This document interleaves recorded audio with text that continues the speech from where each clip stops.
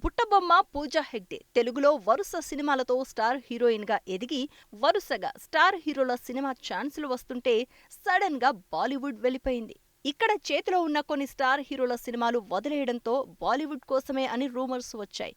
బాలీవుడ్ లో వచ్చిన సినిమాలు ఫ్లాప్ అవ్వడంతో మొన్నటిదాకా ఖాళీగా ఉంది. ఇటీవలే ఓ 2 బాలీవుడ్ సినిమా అవకాశాలు వచ్చినట్టు సమాచారం.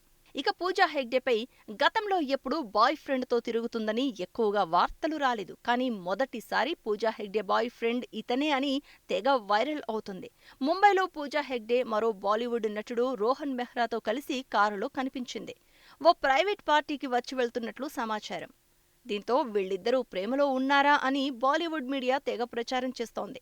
ఇంతకీ పూజా హెగ్డేతో కనపడిన ఆ నటుడు రోహన్ మెహ్రా బాలీవుడ్లో అసిస్టెంట్ డైరెక్టర్గా కెరియర్ మొదలుపెట్టి నటుడిగా మారారు. బజార్ సినిమాతో మంచి గుర్తింపు తెచ్చుకున్నాడు. పలు వెబ్ సిరీస్లలోనూ నటించాడు. ఇతని పూర్తి పేరు రోహన్ వినోద్ మెహ్రా. అంతగా పాపులర్ నటుడు కూడా కాదు. అతనితో పూజా హెగ్డే ప్రేమలో ఉందని ఇప్పుడు వార్తలు రావడం వైరల్ గా మారింది. మరి అతను నిజంగానే బాయ్ ఫ్రెండా, లేక ఆ పార్టీలో కలుసుకుని ఒకే కారులో వెళ్లారా, లేక జస్ట్ ఫ్రెండా అనేది పూజకే తెలియాలి. ఇటీవల చాలా మంది హీరోయిన్స్ తమ ప్రేమ పెళ్లి విషయాలు బయట పెట్టేస్తున్నారు.